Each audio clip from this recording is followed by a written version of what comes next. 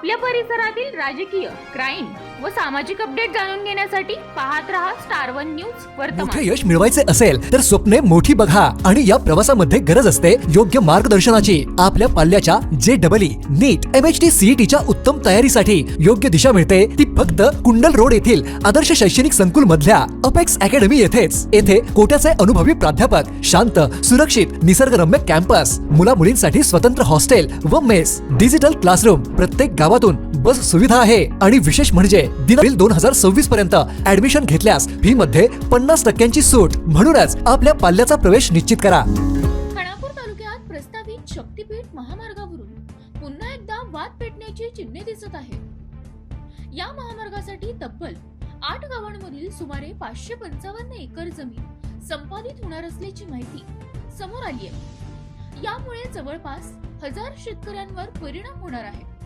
भाग्यनगर येथे आयोजित बैठकीत बोलताना बाबासाहेब मुळीक यांनी शेतकऱ्यांना एकजूट होऊन या प्रकल्पाला विरोध करण्याचे आवाहन केले आहे। त्यांनी सांगितले की माहुलीसह अनेक गावांमध्ये यापूर्वीच विविध प्रकल्पांसाठी मोठ्या प्रमाणात जमीन गेलेली आहे। आता पुन्हा महामार्गासाठी जमीन घेतल्यास अनेक शेतकरी भूमिहीन होण्याचा धोका निर्माण झाला आहे। महामार्गाचा मार्ग माहुलीपासून सुरू होऊन वलखड, चिकळहोळ, नागेवाडी, भाग्यनगर, घानवड, हिंगणगादे आणि भाळवणी मार्गे कडेगावकडे जाणार आहे।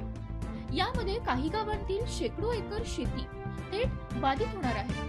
दरम्यान पूर्वीचा मार्ग शेतकऱ्यांच्या विरोधामुळे रद्द करून नवीन मार्ग या भागातून वळवण्यात आल्याचा आरोपही मुळीक यांनी केला। यामुळे या प्रकल्पाविरोधात शेतकऱ्यांनी आता सज्ज होण्याची गरज असल्याचे त्यांनी स्पष्ट केले।